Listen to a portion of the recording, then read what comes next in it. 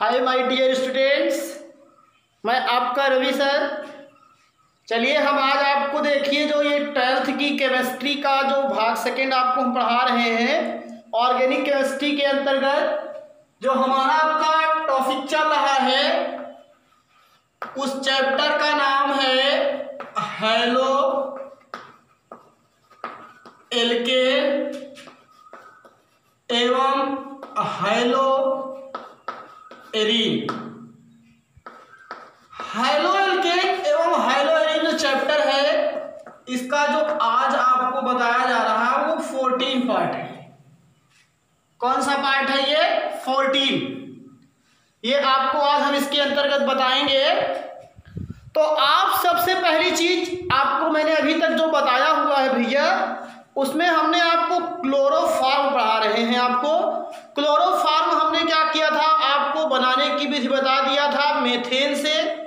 उसके बाद मैंने इसकी प्रयोगशाला विधि बताया जिसमें एथिल एल्कोहल से बताया था।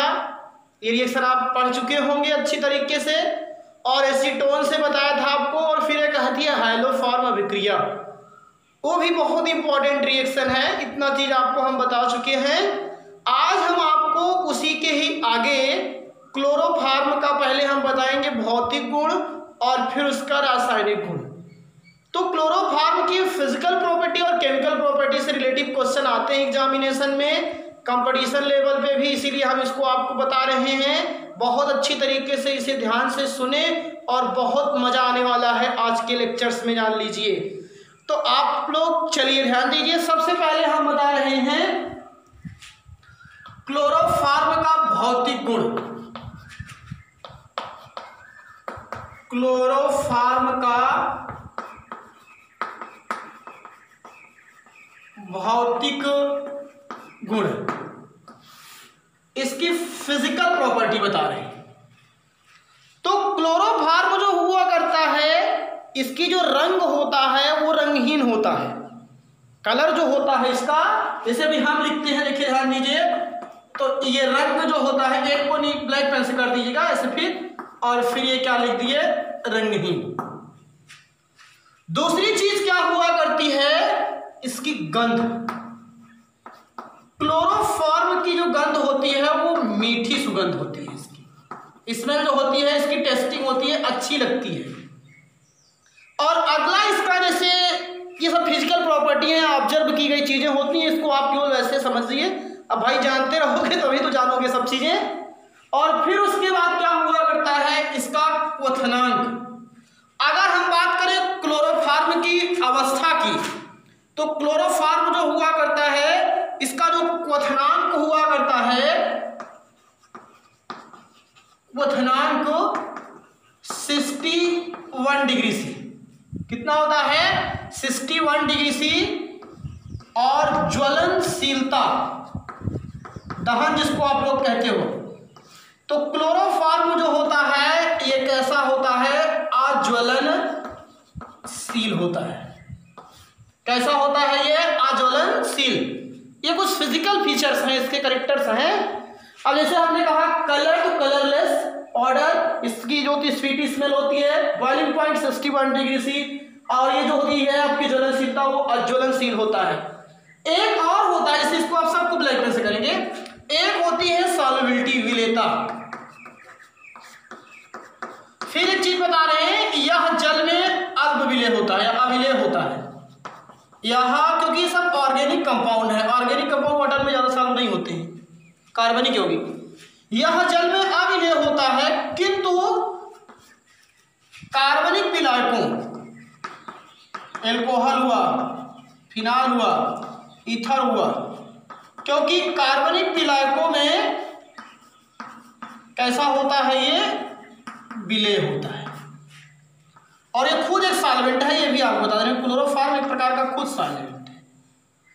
तो ये तो हो गए इसके कैसे फिजिकल फीचर्स। इतना चीज तो सबको समझ में आ गया होगा। रंग इसकी कैसी होती है, रंगहीन। गंध कैसा होता है, मीठी सुगंध। क्वथनांक 61 डिग्री सी होता है। और ज्वलनशीलता कैसी होती है, अज्वलनशील, मतलब जलता नहीं है। और विलेयता, सॉल्युबिलिटी होती है, they are insoluble of water, यह जल में अविलेय किंतु कार्बनिक विलायकों जैसे अल्कोहल हुआ, फिनॉल हुआ, ईथर हुआ, इन सब में क्या हुआ करता है, ये सॉल्युबल होता है, मतलब विलेय होता है।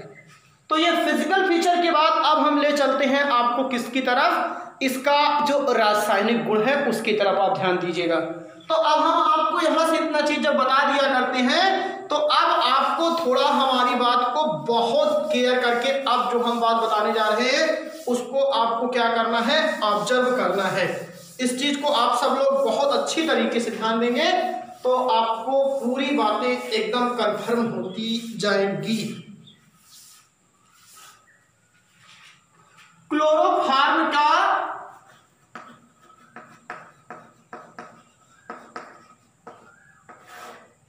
की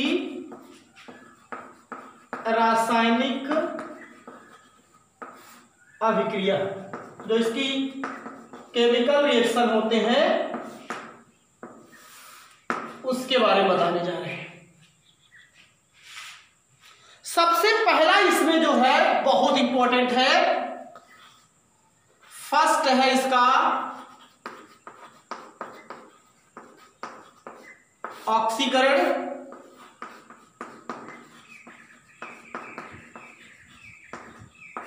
ऑक्सीडेशन।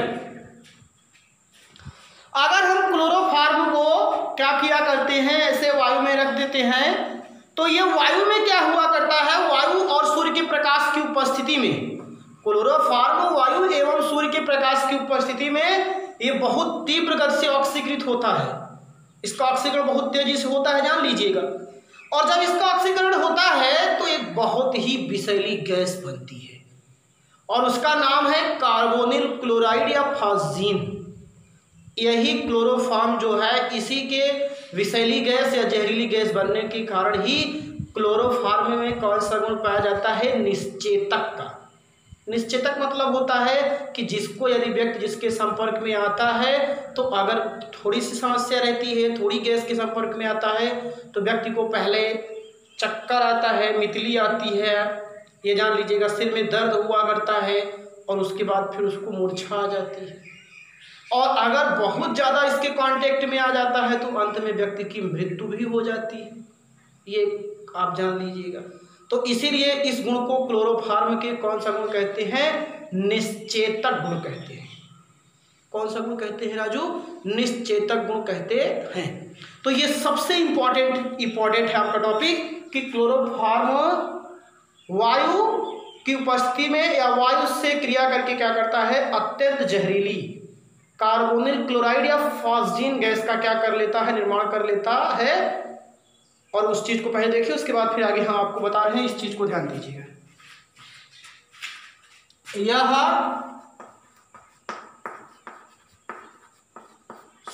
सूर्य के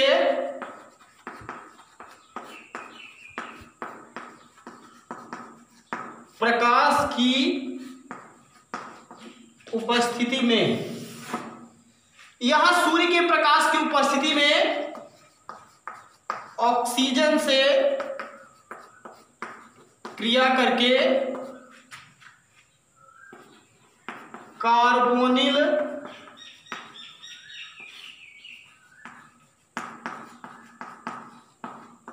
क्लोराइड, यह सूर्य के प्रकाश की उपस्थिति में ऑक्सीजन से क्रिया करके कार्बोनिल क्लोराइड या फॉस्जीन गैस का निर्माण कर लेता है। ये इस टर्म को इंपॉर्टेंट रखिएगा।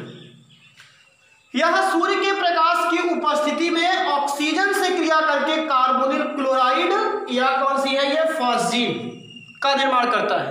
रिएक्शन CHCl3, ये क्या है आपका, क्लोरोफॉर्म है, और प्लस O2। जब ये ऑक्सीजन से क्रिया करता है तो यहां बनती है COCl2 और प्लस HCl, यही गैस बनेगी आपकी। बैलेंस कीजिए, यहां ट्वाइस, यहां पे भी ट्वाइस, 2 कार्बन 2 कार्बन, हाइड्रो देखिए 2 तिहाई 6, तो 2 यहाँ पे कर दीजिए। अब आपको ऑक्सीजन देखिए, ऑक्सीजन यहाँ पे भी 2 है, यहाँ पे भी 2 है। यही जो है बना है, इसी का नाम है कार्बोनिल क्लोराइड, या इसी को हम लोग क्या कहते हैं, फॉस्फेट। तो पहला फीचर एकदम आपको समझ में आ गया होगा कि क्लोरोफॉर्म जो हुआ करता है सूर्य के प्रकाश की उपस्थिति में वायु से क्रिया करके कार्बोनिल क्लोराइड या फॉस्फीन, जो ये फार्मूला हमने लिखा है COCl2, ये फॉस्फीन का है। किसका है? फॉस्फीन का। और एक होती है PH3, वो फास्फोरस के है, इसको जब हम फर्स्ट पेपर पढ़ाएंगे तो वहां पढ़ाएंगे। PH3 जो होता है ये किसका फार्मूला है जानते हो? फास्फीन का। ये फास्फीन और ये फास्फीन, दोनों में कितना बेसिक अंतर है जान लीजिएगा। तो ये हो गया। अब आगे हम बता रहे हैं क्या हुआ करती है। अब जैसे ये फॉस्फीन गैस बनेगी, ये तुरंत क्या हुआ करती है, जैसे जब हम सांस लेते हैं तो ये हमारे श्वसन मार्गों से होते हुए चली जाती है रक्त के हीमोग्लोबिन से, और जब हीमोग्लोबिन से जुड़ जाती है तो बना लेती है यौगिक कार्बोक्सी हीमोग्लोबिन।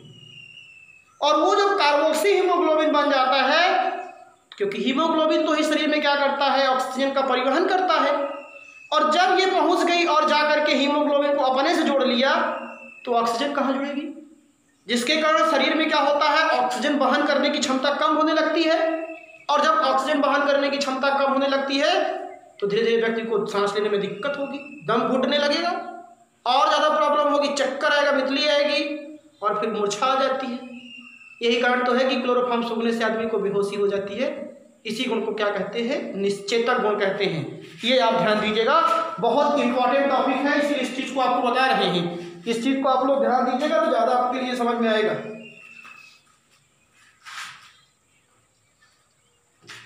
अब देखिए नीचे नीचे यहां लिख रहा हूं, फॉस्फीन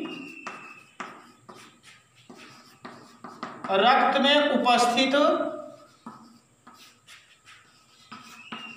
हीमोग्लोबिन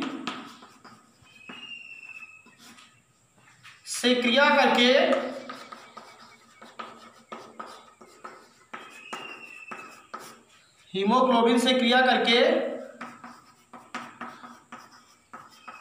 कार्बोक्सी हीमोग्लोबिन, पूरा एकदम डिटेल दे रहा हूं, कार्बोक्सी हीमोग्लोबिन का निर्माण कर लेती है, जिससे रक्त में, जिसके कारण रक्त में ऑक्सीजन जो ले जा रही है शरीर में, रक्त ही तो ले जाता है ऑक्सीजन को, ऑक्सीजन वाहक क्षमता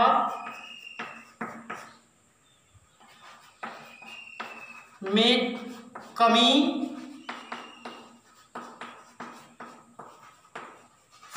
आ जाती है। और फिर जब ऑक्सीजन की कमी आ जाएगी तो शरीर की कोशिकाओं में कमी हो जाएगी, ये भी ध्यान दीजिए। फिर आगे ऑक्सीजन के अभाव में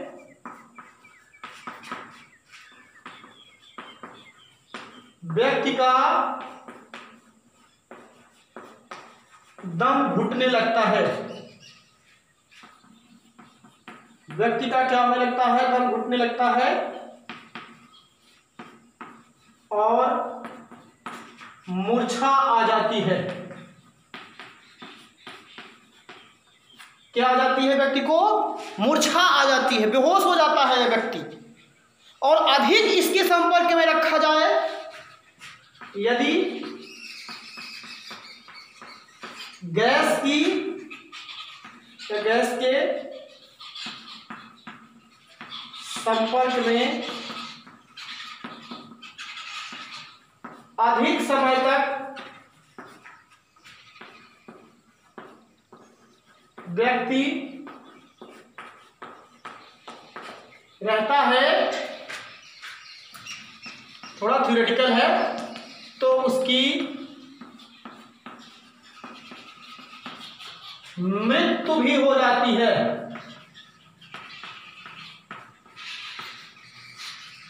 अब आप विचार कर लीजिएगा, इतना खतरनाक चीज है।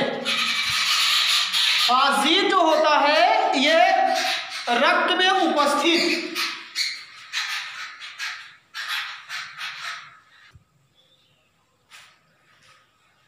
अब देखिए इसके आप पूरे टॉपिक को आप क्लियर कर लिए होंगे यहाँ पे कि ये जो हुआ करता है ऑक्सीजन के अभाव में व्यक्ति का दम घुटने लगता है, उसे मूर्छा आ जाती है और व्यक्ति अधिक समय तक अगर इस गैस को सूंघता है तो उसकी क्या हो जाया करती है, मृत्यु हो जाती है।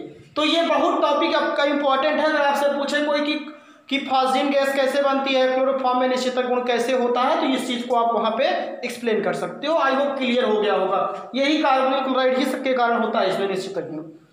और एक क्वेश्चन होता है बहुत हिट है, और वैसे भी जानते हो जो हिट है वो फिट है। क्लोरोफॉर्म को, ये क्वेश्चन है रीजनिंग का,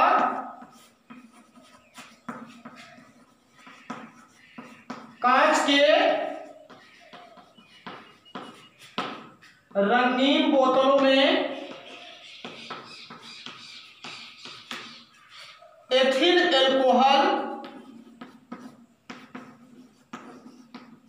मिलाकर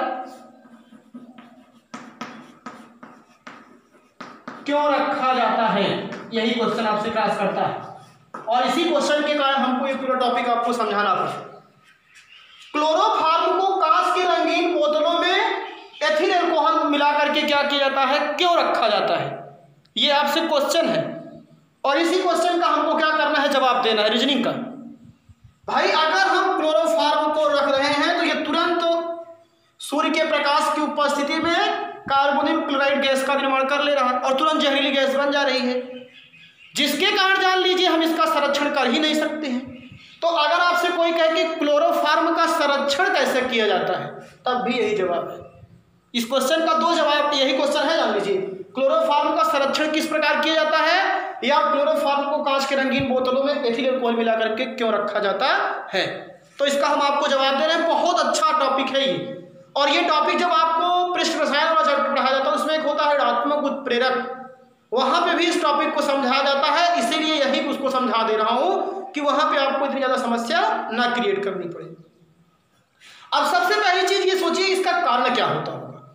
इसका कारण ये होता है कि जब हम कांच की रंगीन बोतल में रख देते हैं तो क्लोरोफॉर्म जो हुआ, आप जानते हो कि क्लोरोफॉर्म सूर्य के प्रकाश की उपस्थिति में वायु से क्रिया करके क्या कर लेता है, कार्बोनिल क्लोराइड या फास्जिन गैस का निर्माण कर लेता है। क्यों कर लेता है, क्योंकि उसका क्या हो जाता है, ऑक्सीकरण। तो उसके ऑक्सीकरण की क्रिया को रोकने के लिए, क्योंकि क्लोरोफॉर्म सूर्य के प्रकाश की उपस्थिति में वो आप क्या करता है, वायु से क्रिया करके कार्बोनिल क्लोराइड गैस का निर्माण कर लेता है। अतः जब हम उसे क्या कर देते हैं, तो जब उसको हम रंगीन बोतलों में रख देंगे बंद करके, तो उसका ऑक्सीकरण मतलब वो वायु के संपर्क में नहीं आ पाएगा और उसका ऑक्सीकरण नहीं हो पाता है। और जब ऑक्सीकरण नहीं हो पाता तो ये गैस भी नहीं बन पाती है। और दूसरी चीज एथिल अल्कोहल को मिलाया जाता है। एथिल अल्कोहल क्या करता है, एक ऋणात्मक उत्प्रेरक का कार्य करता है। ऋणात्मक उत्प्रेरक का मतलब यही होता है कि वह पदार्थ जो किसी अभिक्रिया की गति को क्या कर देता है, कम कर देता है। अब अगर मान लीजिए कहीं से थोड़ा बहुत उसको ऑक्सीकरण उसका हो भी रहा था, तो एथिल अल्कोहल मिल जाने से उसका ऑक्सीकरण एकदम से लॉक हो जाएगा और फिर वो बढ़िया तरीके से संरक्षित कर सकते हैं उसको। तो इस चीज को अब आप ध्यान दीजिएगा। ये ब्लैक पेन से लिखिएगा, अब मैं आंसर लिख रहा हूं तो आपको एकदम पूरी बात लिखिए। क्योंकि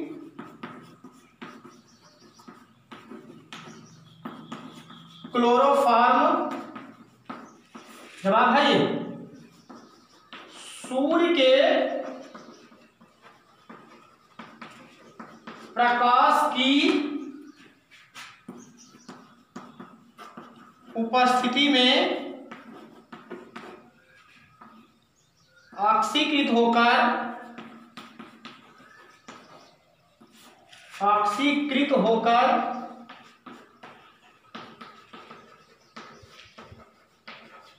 फास्जिन, ऑक्सीकृत होकर ऑक्सीकृत होकर फाजिल गैस का निर्माण कर लेता है। अतः इसके ऑक्सीकरण को रोकने के लिए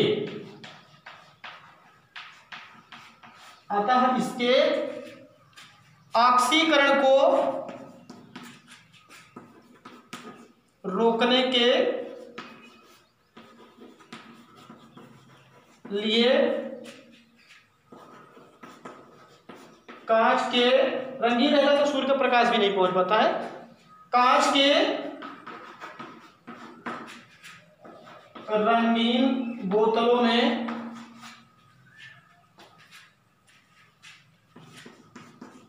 एथिल एल्कोहल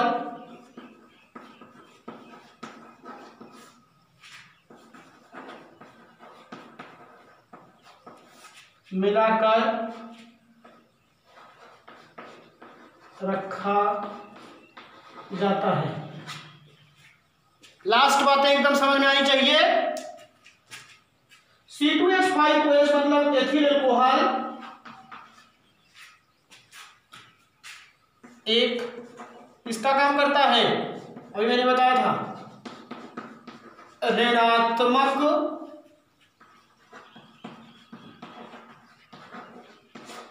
उत्प्रेरक, मतलब जो ऑक्सीकरण अगर होना भी चाहेगा तो उसको भी रोक देता है, तब बचा रह जाता है। ऋणात्मक उत्प्रेरक का कार्य करता है। तो माय डियर, एक टॉपिक केवल हमने आपको यहाँ पे क्या किया, क्लियर कर दिया। अब आप देख लीजिएगा कि अगर हम इसका ऑक्सीकरण करते हैं तो ये फास्जीन गैस बना लेता है, और जो बहुत ही जहरीली गैस होती है, इसीलिए अगर हम क्या करते हैं, इसके संपर्क में आते हैं तो हमारा दम घुटने लगता है और हमें मूर्छा आ जाती है। तो फिर हम इसको कैसे संरक्षित करें, इसी संरक्षण को करने के लिए ही हम क्लोरोफॉर्म को कांच के रंगीन बोतलों में एथिल अल्कोहल मिलाकर रख देते हैं, क्योंकि क्लोरोफॉर्म सूर्य के प्रकाश की उपस्थिति में ऑक्सीकृत होकर फास्जीन गैस का निर्माण कर लेता है। अतः इसके ऑक्सीकरण को रोकने के लिए, यही सबसे मस्ट है, जब ऑक्सीकरण नहीं होगा तो कहां से गैस बनेगी। ऑक्सीकरण को रोकने के लिए इसे कांच के रंगीन बोतलों में एथिल अल्कोहल मिला करके रखा जाता है। और जो एथिल अल्कोहल होता है यहाँ पे किसकी तरह कार्य करता है, एक ऋणात्मक उत्प्रेरक की तरह कार्य करता है। आई होप एकदम आपको ये टॉपिक क्लियर हो गया होगा। आप बढ़िया तरीके से इसकी एक नोट्स बनाएं और लिखें इसे। अब हम ले चलते हैं आपको अगले टॉपिक की तरफ।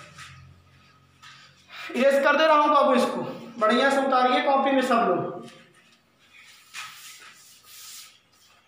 देखिए, हमने जो आपको कल वो सिलेबस वाला इसके पहले जो लेक्चर हमने दिया है, आपको सिलेबस वाला जो टॉपिक दिया है उसको आप जरूर से जरूर जान लीजिएगा। कम से कम उसको आप 2 बार देखिए, और जब आप उसको 2 बार आप देखेंगे तो आपको पता लग जाएगा कि कितने टॉपिक्स हमारे हैं और अभी हमने क्या क्या पढ़ रखा है।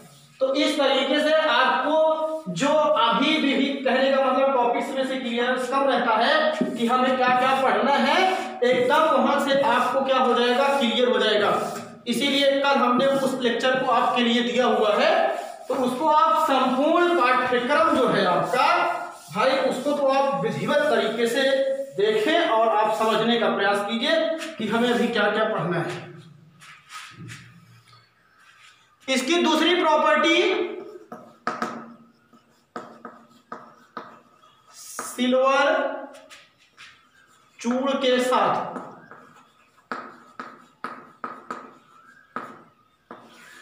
यह क्वेश्चन आता है,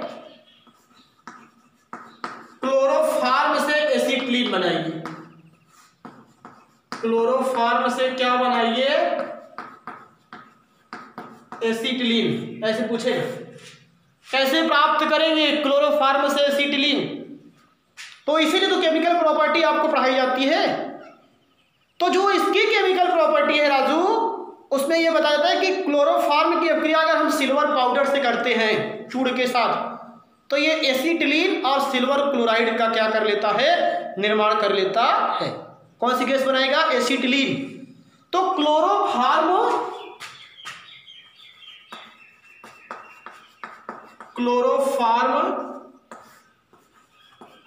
की अभिक्रिया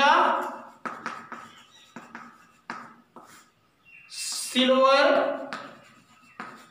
पाउडर या चूड़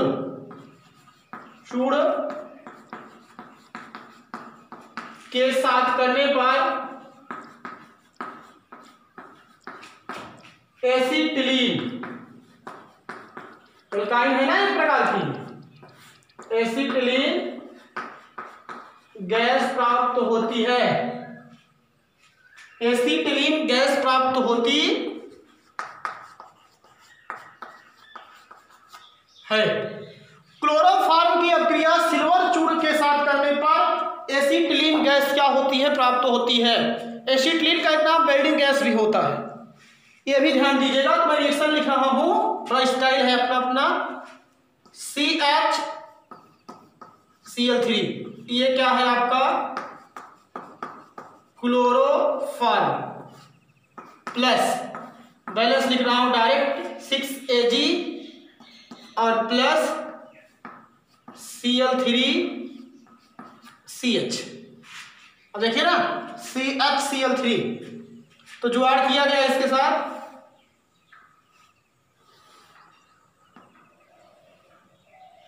अब आप देख रहे होंगे कुछ, यहां से CH और यहां से CH बचा है, तो हो गया यहां पे CH triple bond CH, CH triple bond CH, ऐसे लिख देते CH2 C2 और H2 लिख देते, वही हमने भी लिख दिया है।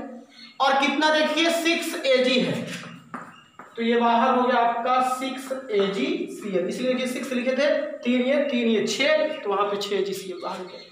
तो ये जो आपको प्राप्त हुई राजू, इसी का नाम क्या है, एसीटिलीन। क्या नाम है इसका, एसीटिलीन। तो अब आपको यही जवाब देना था, इसका नाम क्या होता है, सिल्वर क्लोराइड। क्या नाम होता है इसका, सिल्वर क्लोराइड। क्लोरोफॉर्म की अभिक्रिया सिल्वर चूड़ के साथ से करने पर एसीटिलीन गैस प्राप्त होती है। तो ये क्लोरोफॉर्म है, दूसरा क्लोरोफॉर्म ये है, ये सिल्वर पाउडर है आपका, सिल्वर डस्ट, और इससे अगर आपने पाउडर से इससे अभिक्रिया किया है तो आपको कौन सी गैस प्राप्त होती है, एसीटिलीन गैस, और आपको क्या मिलता है, सिल्वर क्लोराइड। इसके बाद तीसरी इसकी प्रॉपर्टी, जो इसकी तीसरी प्रॉपर्टी हुआ करती है, तीसरी जो प्रॉपर्टी हम आपको इसकी बता रहे हैं, उसको आप लोग लिखेंगे एसीटोन से क्रिया। ये भी बहुत हिट रिएक्शन है। अगर हम क्लोरोफॉर्म की अभिक्रिया एसीटोन से करते हैं, किससे करते हैं, एसीटोन से। अगर हम क्लोरोफॉर्म की अभिक्रिया एसीटोन से किया करते हैं तो एक कंपाउंड बनता है जिसका नाम होता है क्लोरीटोन। क्या नाम होता है उसका, क्लोरीटोन। यह भी ध्यान दीजिएगा। और क्लोरीटोन जो हुआ करता है एक आपकी निद्रा कारक औषधि होता है। तो एग्जाम में ऐसा था, क्लोरोफॉर्म से क्लोरीटोन बनाइए, जैसे बताया इसमें ना, सिल्वर आपको क्लोरोफॉर्म से क्या बनाना था, एसीटिलीन। तो वैसे ही यहां पर लिख रहा हूं, ध्यान दीजिएगा, क्लोरोफॉर्म की अभिक्रिया, जहां नहीं समझ में आएगा तुरंत बताया करो, अभिक्रिया एसीटोन, सब फार्मूले तो आना चाहिए ना, के साथ करने पर, एसीटोन के साथ करने पर क्लोरीटोन, क्या लिखा मैंने, क्लोरीटोन प्राप्त होता है। अब जब हम आपको एसीटोन पढ़ाएंगे कीटोन के अंतर्गत, तब वहां पे भी रिएक्शन पढ़ाया जाता है। तो देखिए एसीटोन का फार्मूला क्या होता है, CH3CO, यहां हो गया CH3 और C डबल बॉन्ड O। ये किसका फार्मूला है? Dimethyl ketone. डाईमेथिल कीटोन को ही हम लोग एसीटोन कहते हैं। तो ये है आपका एसीटोन प्लस, थोड़ा लिखने का स्टाइल अपना होता है, ये ध्यान दीजिएगा। जैसे अगर हम लिखें क्लोरोफार्म को तो लिख सकते हैं HCCl3। क्या है ये बताओ? CHCl3, ये तो फार्मूला होता है CHCl3, तो हमने क्या लिख दिया? CHCl3 बस। भाई अपना अपना रिएक्शन को स्टडी करने का तरीका है। तो ये देखिए, अब जब इसका रिएक्शन होगा तो इसमें दो बैलेंसी है, तो एक देखिए O जो होगा, H जो होता है इसको साथ आ जाता है, तो ये OH हो जाता है, और एक बैलेंसी पे कौन चला जाता है? CCl3। एक बैलेंसी पे कौन जाता है आपका? CCl3। तो देखिए ये आपका क्या है? क्लोरोफॉर्म। अब जब इसके साथ इसका रिएक्शन होगा तो देखिए क्या होगा, मैंने बताया CH3C, और यहां क्या हो जाएगा? CH3, और फिर उसके बाद आप ध्यान दीजिए क्या हो जाएगा आपका? ये CH इसके साथ गया तो OH हो जाएगा यहाँ पे, तो ये हो गया OH, और फिर बचा क्या? CCl3, तो यहाँ पे लिख दीजिए CCl3। ये योगात्मक अभिक्रिया, इसमें कोई टॉपिक बाहर नहीं गया है, और इसी का नाम क्या होता है? क्लोरीटोन। क्या नाम होता है इसका? क्लोरीटोन। तो क्लोरोफॉर्म की अभिक्रिया एसीटोन के साथ करने पर क्लोरीटोन प्राप्त होता है। और फिर आपको जो नीचे भी मैंने बताया उसको स्टार बना करके लिख दीजिएगा, क्लोरीटोन एक निद्राकारक पेन, सॉरी नींद वाली है ये, निद्राकारक औषधि, मेडिसिन, निद्राकारक औषधि होता है। तो ये तीसरी केमिकल प्रॉपर्टी थी इसकी। और अब हम आपको ले चलते हैं क्लोरोफॉर्म के दो नेम रिएक्शन की तरफ, जिसमें से एक नेम रिएक्शन है आपका पहले बताएंगे आपको कार्बिल एमीन अभिक्रिया, और फिर हम आपको बताएंगे कौन सी? राइमर टीमन अभिक्रिया, और फिर इसकी नाइट्रिक अम्ल के साथ अभिक्रिया बताएंगे क्लोरोफॉर्म की। तो बहुत इंपॉर्टेंट दोनों जो नेम, भाई नेम रिएक्शन मैंने ऑलरेडी आपसे डिस्कस कर रखा है कि आप उसको कॉपी में पीछे जाकर के 8-10 पेज बना लीजिएगा। उसी में जितना नेम रिएक्शन मैं बताता हूं उसको एक एक नंबर 1, नंबर 2, नंबर 3 ऐसे करके सब लिखिए, और जब आपको जरूरत पड़ेगी तुरंत पेज पलटिए, एक तरफ से सारे नेम रिएक्शन पढ़ लीजिए। इतना अच्छा आइडिया दे रहा हूँ, तो जो लोग यूज़ कर रहे होंगे वो बढ़िया है, जो नहीं यूज़ कर रहे हैं अपना पेज पलट करके पढ़िएगा। तो अगला टॉपिक जो हम पढ़ाने जा रहे हैं उसको आप थोड़ा सा ध्यान से देखेंगे, इसको मैं इरेज कर रहा हूं। अगला हमारा जो रिएक्शन है वो है आपका कौन सी रिएक्शन? पहले हम आपको बताएंगे कार्बिल एमीन अभिक्रिया। कौन सी आपको हम बताएंगे? बताइए, कार्बिल एमीन अभिक्रिया सबसे पहले आपको बताएंगे, और उसके बाद हम आपको बताएंगे कौन सा रिएक्शन? आपको बताएंगे राइमर टीमन रिएक्शन। ये आपका भविष्य है, ये जितना अच्छा उज्जवल रहता है उतना ही अच्छा आपको समझ में आता होगा। चलिए राजू,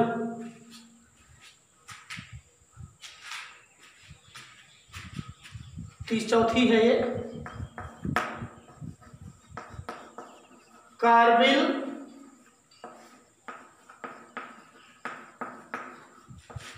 एमीन अभिक्रिया। क्या हमने बताया आपको? कार्बिल एमीन अभिक्रिया। क्लोरोफॉर्म की अभिक्रिया प्राथमिक एमीन, कोई भी प्राइमरी एमीन लिया जाता है, प्राथमिक एमीन एवं कास्टिक पोटास के साथ की जाती है। तो यहां पे जो प्राप्त होने वाला कंपाउंड होता है वो आइसोसाइनाइड होता है। कैसा साइनाइड होता है? आइसोसाइनाइड एक क्या होता है आपको प्राप्त होता है, और आइसोसाइनाइड में ही आप जान लीजिए विषैला नेचर आपको देखने को मिलता है। और आइसोसाइनाइड में जो होता है उसमें देखोगे कि जो इसमें एमीन होता है उसी एमीन के स्थान पे हाइड्रोजन हट जाता है और वहां पे कार्बन आ जाता है, इसीलिए इसका नाम क्या है, एमीन में कहा गया कार्बन, इसीलिए इसका नाम है कार्बिल एमीन। कार्बन जो होता है वो एमीन में से हाइड्रोजन ग्रुप को कार्बन द्वारा हटा दिया जाता है, इसीलिए इस रिएक्शन को कार्बिल एमीन अपक्रिया भी कहते हैं। वाइवा में पूछी जाती है बहुत ये सब चीज़ें। आप जब इंटरमीडिएट के एग्जामिनेशन का वाइवा देने जाते हो प्रैक्टिकल का, तो वहाँ नेम रिएक्शन ही पूछ जाते हैं ज़्यादा करके। आपसे पूछेगा बताइए होन्स डीकर अपक्रिया क्या है, चलिए आप बताइए गटरमैन अपक्रिया क्या है, सैंडमैन अपक्रिया क्या है आपका, आप बताइए ना इस हैलोफॉर्म अपक्रिया क्या है। तो ये सब चीज़ों को अगर आप विधिवत पढ़े रहेंगे तभी आएगा आपसे, और एग्जाम में ऐसे नहीं होता है, जान लीजिए, और आता भी है। तो यहाँ पे आपको बता रहा हूँ, ध्यान दो, क्लोरोफॉर्म है ना ये, की अभिक्रिया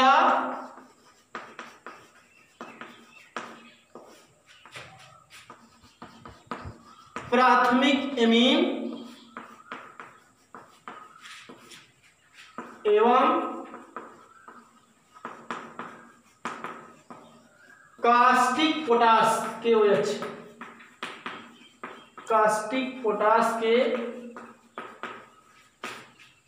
साथ करने पर,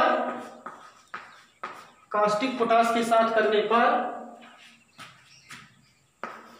जैसा एमीन होगा, एल्किल या एरिल दोनों, आइसो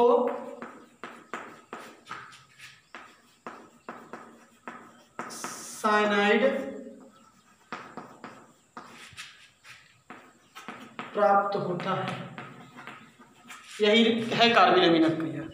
क्या हुई, क्लोरोफॉर्म की अपक्रिया प्राथमिक एमीन 10 एमीन से अगर की जाएगी किसके साथ, कास्टिक पोटास के OH के साथ, तो एल्किल या एरिल आइसोसाइनाइड क्या होता है, प्राप्त होता है। मैं जनरल रिएक्शन लिख रहा हूं,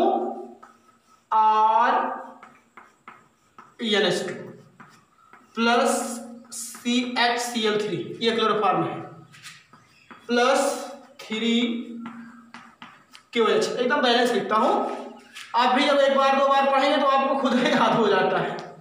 ये है आपकी प्राथमिक एमीन, RNH2 कहते हैं ना प्राइमरी एमीन। ये है आपका क्लोरोफॉर्म, और ये क्या है, कास्टिक पोटास। देखिए हम वहां पे भी लिखते हैं, यहां पे भी लिखते हैं, ताकि आप लोग एकदम अच्छा आओ, जाहे जान लीजिएगा, इसीलिए टाइम ज्यादा लगता है। अब फिर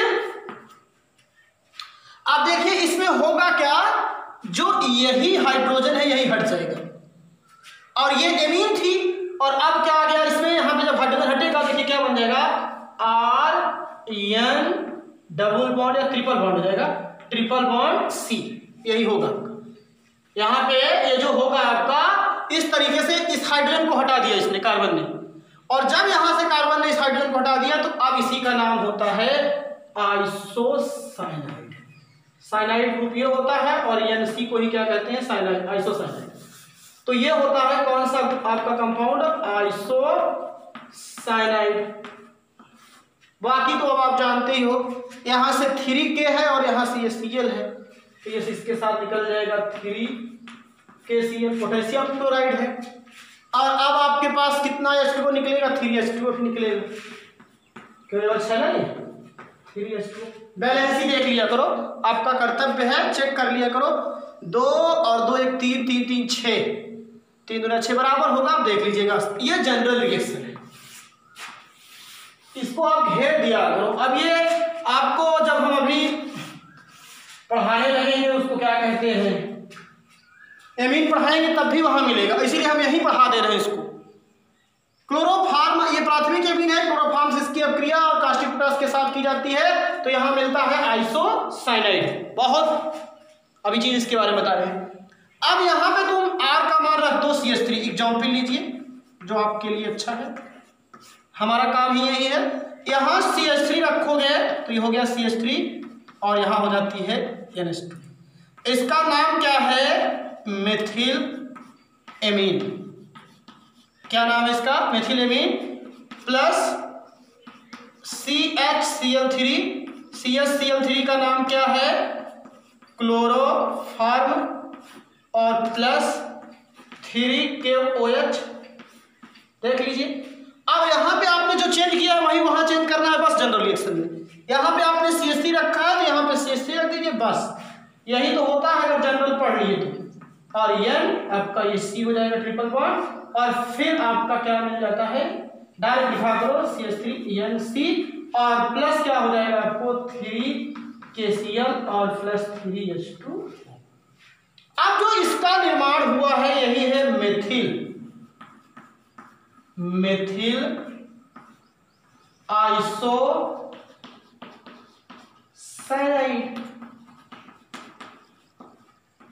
मेथिल आइसोसाइनाइड इसको हम लोग कहते हैं MIC, मिक। अब इस मेथिल आइसोसाइनाइड से आपको मैं इतिहास बता दूं तो आज से 3 दिसंबर, आप लोग इसको सुने भी होंगे ऐतिहासिक में, भोपाल गैस त्रासदी। ये बात है 3 दिसंबर की मध्यरात्रि थी 1984 की। 3 दिसंबर 1984 में भोपाल की एक रासायनिक फैक्ट्री थी और उसी इस रासायनिक फैक्ट्री में क्या हुआ, इस गैस का रिसाव हो गया था। बताया यही जाता है कि उस गैस की जो पाइपलाइनें थी वो थोड़ा डैमेज हो गई थी, जिसके कारण इस गैस का रिसाव हो गया था। और जिसके कारण जब ये गैस पूरे कंपनी में फैली, बहुत बड़ी कंपनी थी, तो वहां पे जितने व्यक्ति इस गैस के संपर्क में आए, कई हजार लोगों की मृत्यु हो गई थी। जैसे हाल में ये घटना हुई है, आपने सुना होगा। तो ये जो रासायनिक फैक्ट्रियां होती हैं, अगर इसमें थोड़ा सा भी प्रॉब्लम होता है तो जान लीजिए आप जो वहां पे वर्कर काम कर रहे होते हैं उनके लिए खतरनाक है।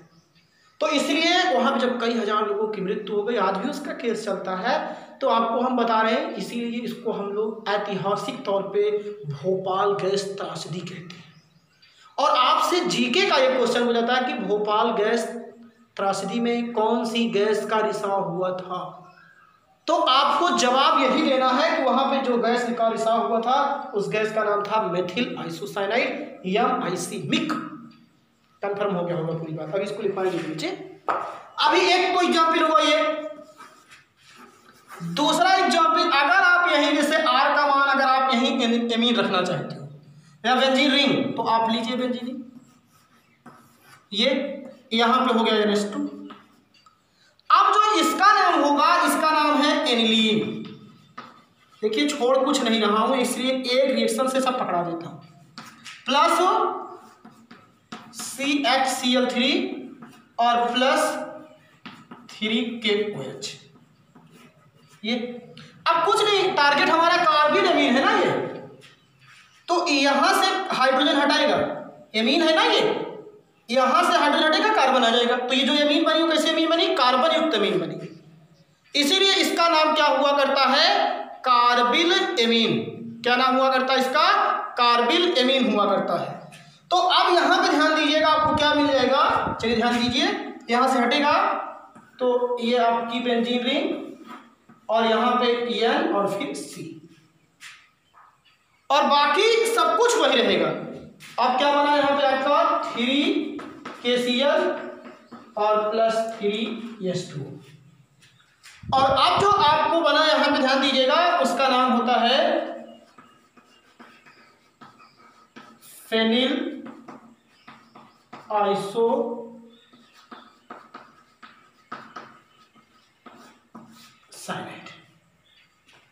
तो इस तरीके से ये पूरा टॉपिक आपका ये क्लियर हो जाता है, और इसी रिएक्शन को ही हम लोग क्या कहा करते हैं, कार्बिल एमीन अभिक्रिया। अब नीचे आप स्टार बना के लिखिए, मैं बोल रहा हूं लिख लीजिए, उसको लिखवाएंगे नहीं, लिखिए उसको। सन 3 दिसंबर 1984 को लिखिएगा, नीचे स्टार बना के, 3 दिसंबर 1984 को भोपाल की एक रासायनिक फैक्ट्री में मेथिल आइसोसाइनाइड MIC गैस का रिसाव हुआ था। मेथिल आइसोसाइनाइड गैस का रिसाव हुआ था, जिसके संपर्क में आने से, जिसके संपर्क में आने से कई हजार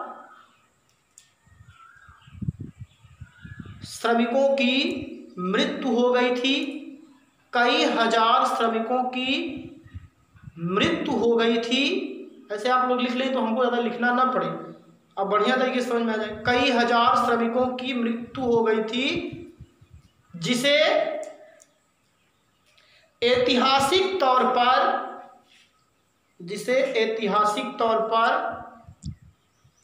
भोपाल गैस त्रासदी के नाम से जाना जाता है, जिसे ऐतिहासिक तौर पर भोपाल गैस त्रासदी के नाम से जाना जाता है। ये आपको मैंने जीके के लिए इसको बता दिया। तो इस तरीके से ये आपकी कार्बनिक अमीन अपक्रिया समाप्त हुई। अगली अपक्रिया हम आपको बताने जा रहे हैं, वो है राइमर टीमन अपक्रिया। चलिए ध्यान दीजिए, इसको इरेज कर रहे हैं। नीचे इसी के जो बोला उसको स्टार बना के लिख लीजिएगा बढ़िया से।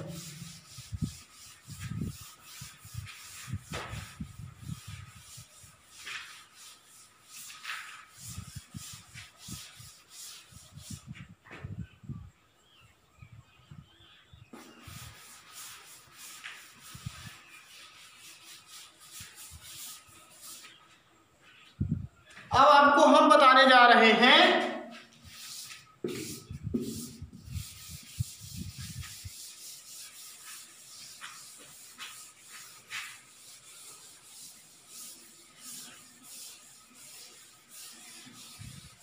Rymer Tiemann अपक्रिया।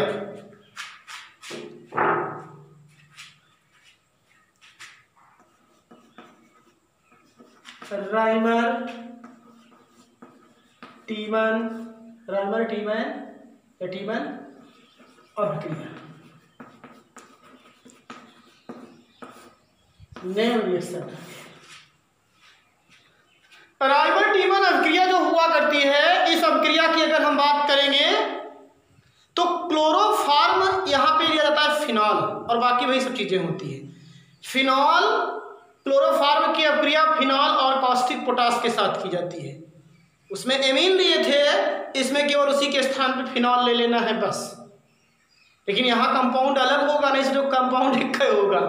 यहाँ पे क्या किया जाता है भैया, यहाँ पे लिया जाता है आपका क्लोरोफॉर्म की अपक्रिया फिनॉल एवं कास्टिक पोटास के साथ करने पर, एल्कोहलिक कास्टिक पोटास सब लोग बोलते हैं इसको, या एल्कोहलिक कास्टिक पोटास के साथ जल अपघटन करने पर आर्थो हाइड्रोक्सी बेंजल्डिहाइड, इतना बड़ा नाम है, आर्थो हाइड्रोक्सी बेंजल्डिहाइड, या उसी को हम लोग कहते हैं सैलिसल्डिहाइड प्राप्त होता है। आर्थो हाइड्रोक्सी बेंजल्डिहाइड, या उसी को हम लोग क्या कहते हैं, सैलिसल्डिहाइड प्राप्त होता है। ये रिएक्शन एग्जाम में ऐसे भी जा सकते, क्लोरोफॉर्म से इसकी फिनॉल की और कास्टिक पोटास के साथ अपक्रिया की जाती है, क्या बनता है। नहीं तो जब फिनॉल वाला चैप्टर पढ़ाएंगे तो वहां पूछा जाता है फिनॉल से सैलिसल्डिहाइड बनाइए, तब राइमर टीमन अपक्रिया याद आएगी। नहीं डायरेक्ट कहते राइमर टीमन अपक्रिया क्या है। तो क्वेश्चन आप देखें, और क्वेश्चन अभी तो आप पढ़ रहे हैं, जब पढ़ेंगे आप पेपर पाएंगे, क्वेश्चन पेपर जब कभी भी आपका टेस्ट होता है तो उस पर पता लगता है कि क्वेश्चन किस तरीके से आते हैं। तो आप चलिए ध्यान दीजिए, यहाँ पे लाइन में लिख रहा हूं, क्लोरोफॉर्म की अभिक्रिया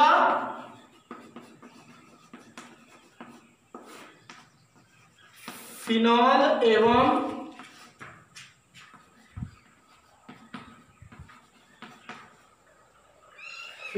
एवं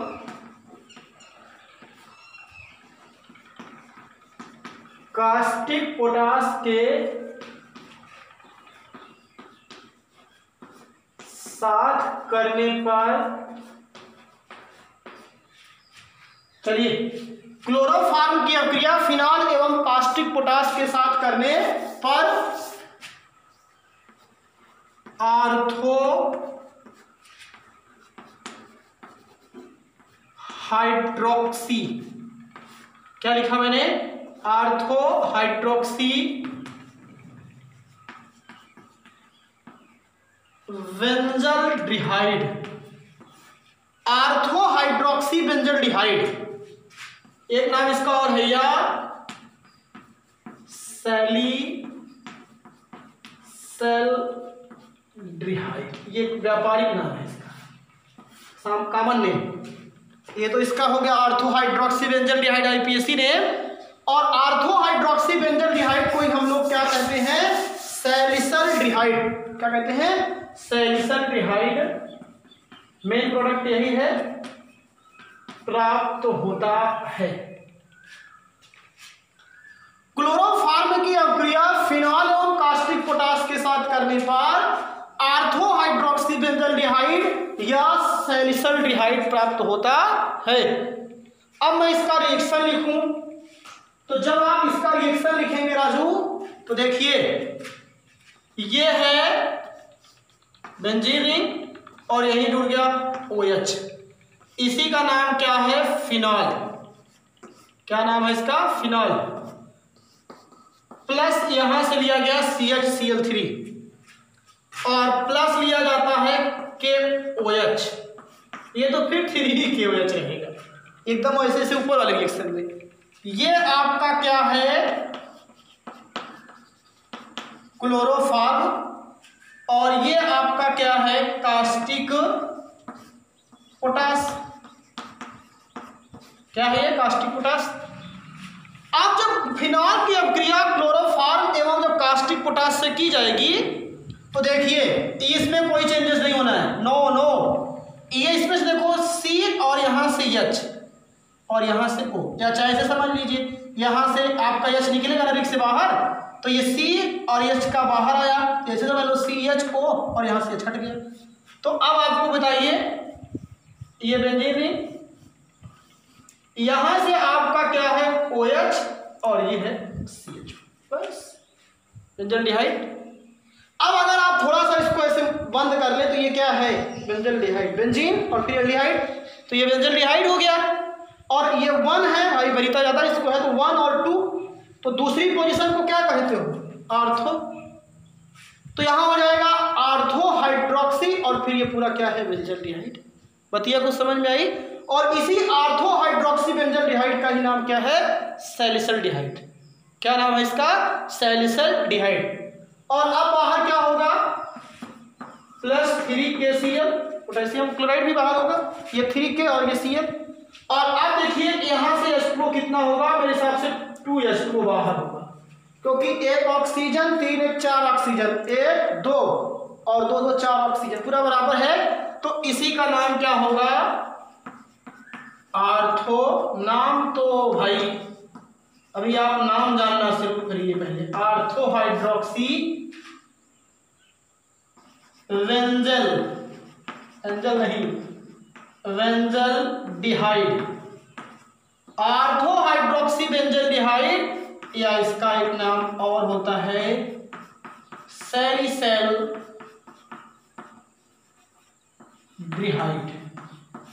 क्या नाम होता है, सैलिसल्डिहाइड।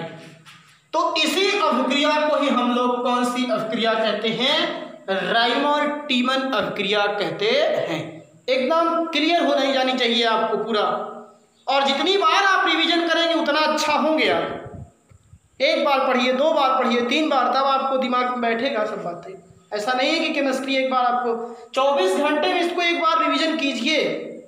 आप पढ़े अभी, उसके बाद फिर रिवीजन कीजिए 24 घंटे में, और फिर अगले 24 घंटे में एक बार कीजिए, फिर अगले 24 घंटे में, तो कुछ बातें एकदम दिमाग में बैठ जाती हैं। फिर 1 आध 2 दिन बाद भी अगर रिवीजन होता है तब भी याद रहती है। 3 दिन तक तो इसको कायदे से एकदम रिवीज करना चाहिए, रिपीट करना चाहिए। और आपके अंदर ऐसी शक्तियां विद्यमान हैं, मनुष्य के अंदर ऐसी शक्तियां होती हैं कि आप सब कुछ भी कर सकते हो, आप सब कुछ भी कर सकते हो और कुछ भी कर सकते हो। ये आप जान लीजिएगा, आपके अंदर ऐसी शक्तियां निहित हैं कि आप सब कुछ कर सकते हो और कुछ भी कर सकते हैं। अपनी शक्तियों को पहचानिए केवल, बस। ये हो गया आपका, इसको आप उतार सकते हैं। अगला रिएक्शन है लास्ट इसका केमिकल, नाइट्रिक अम्ल के साथ क्रिया, नाइट्रिक अम्ल के साथ क्रिया। तो अगर हम क्लोरोफॉर्म की अपक्रिया नाइट्रिक अम्ल के साथ करते हैं तो क्लोरोपिक्रिन प्राप्त होता है। क्या प्राप्त होता है? क्लोरोपिक्रिन। ये सब पूछे जा सकते हैं कि ना क्लोरोफॉर्म से क्लोरोपिक्रिन बनाइए, क्लोरोफॉर्म से क्लोरीटोन बनाइए, क्लोरोफॉर्म से आप बनाइए मेथिल एमीन, या क्लोरोफॉर्म से आप अभी जैसे बनाइए ऑर्थो हाइड्रोक्सी बेंजोएट। तो यहां ध्यान दीजिएगा,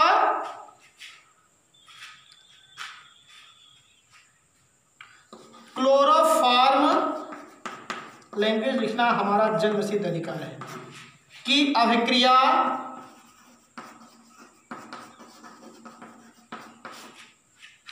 नाइट्रिक अम्ल HNO3 अम्ल के साथ करने पर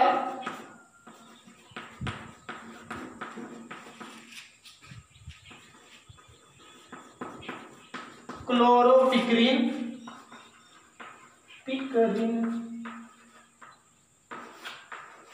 प्राप्त होता है।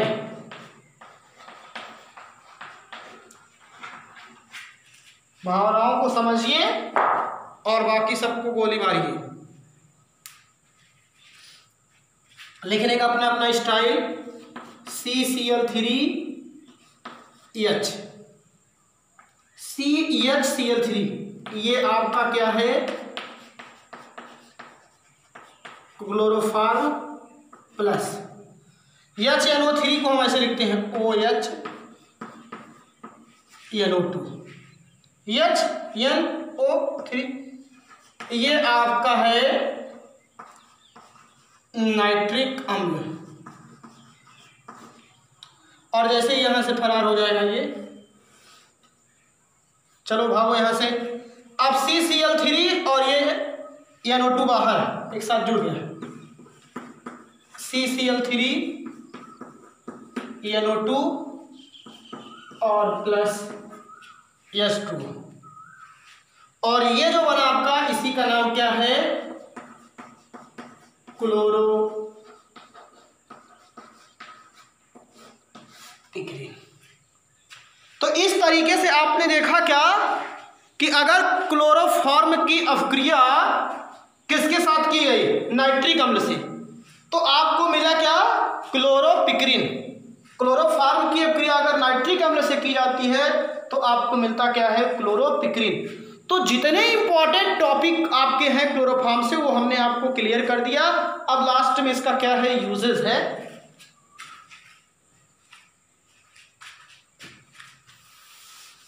तो यूज इसका आपको बता दें, क्लोरोफॉर्म का उपयोग बता दें।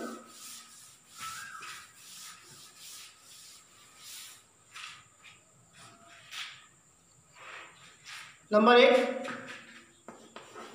अभी मैंने बताया था कि क्लोरोफॉर्म का सबसे बढ़िया उपयोग किया जाता है विलायक के रूप में। किसके रूप में किया जाता है? जो सॉल्वेंट होते हैं उसके रूप में इसका क्या किया जाता है? उपयोग किया जाता है। तो वसा, एल्केलाइड्स, वसा हो गई, एल्केलाइड्स हो गया, एवं एमीन या आयोडीन भी कह सकते हो, आयोडीन के विलायक के रूप में,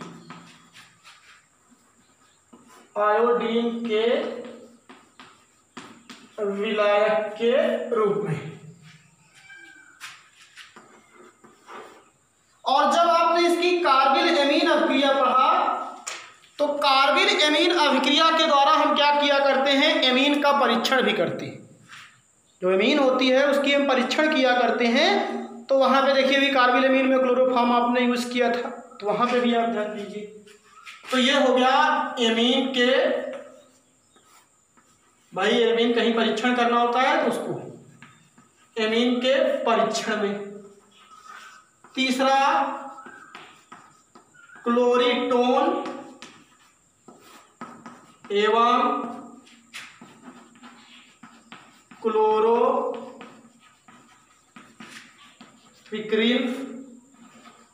बनाने। और चौथा अभी जैसे मैंने बताया कि इसमें जो नेचर होता है वो निश्चेतक का गुण पाया जाता है। इसको अगर सुंघा दिया जाता है कम मात्रा में तो आदमी बेहोश हो जाता है, मूर्छा आ जाती है। तो इसी का उपयोग हम लोग करते हैं शल्य चिकित्सा में। शल्य चिकित्सा में क्या है, पहले जो बायोलॉजी में मेढक का डिटेक्शन होता था तो वहाँ पे मेढक को क्या किया जाता था, जब उसको डिटेक्ट किया जाता था तो क्लोरोफॉर्म रखा रहता था और उसी कॉटन से लेकर के उसकी नोज पर थोड़ा ऐसे टच कर देते थे तो वो बेहोश हो जाता था। तो उसको बड़े आराम से डिटेक्ट कर लेते थे, ये जान लीजिएगा। तो शल्य चिकित्सा में निश्चेतक के रूप में इसका उपयोग किसके रूप में हो गया, जो ऑपरेशन होता है शल्य चिकित्सा में, आजकल तो इंजेक्शन दिए जाते हैं, निश्चेतक बेहोश मूर्छा निश्चेतक के रूप में। तो इस तरीके से आपका क्लोरोफॉर्म यहाँ से समाप्त हुआ। और अब हम आपको भी देखिए छोटे छोटे टॉपिक हैं, जैसे आपको आइडोफॉर्म पढ़ाएंगे और फिर आपके यहाँ है कार्बन टेट्रा क्लोराइड क्या है, फ्रेयान क्या है, इन सब का उपयोग है और इन सब की क्या प्रॉपर्टीज़ हैं, थोड़ा थोड़ा इन सबको 3-4 लाइन में आपको बता देंगे। तो इस तरीके से फिर ये टॉपिक आपका क्लियर हो जाएगा। तो आज वाला टॉपिक आप लोग बढ़िया से देखिए और इसकी एक नोट्स कॉपी में आप विजुअल पर डे लिखिए जो आपके लिए हमेशा यूजफुल रहेगी। थैंक यू, धन्यवाद।